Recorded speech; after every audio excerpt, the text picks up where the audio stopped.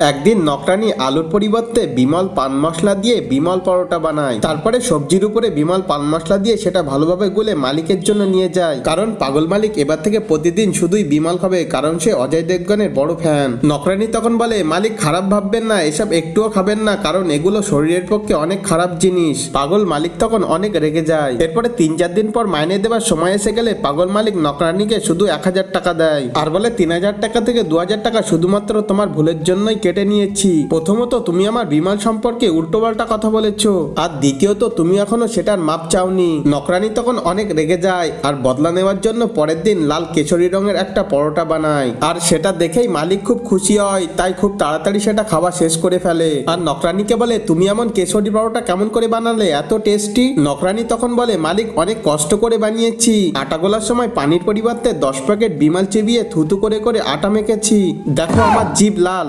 ছবিটিকে ভালোবেসে like subscribe করো।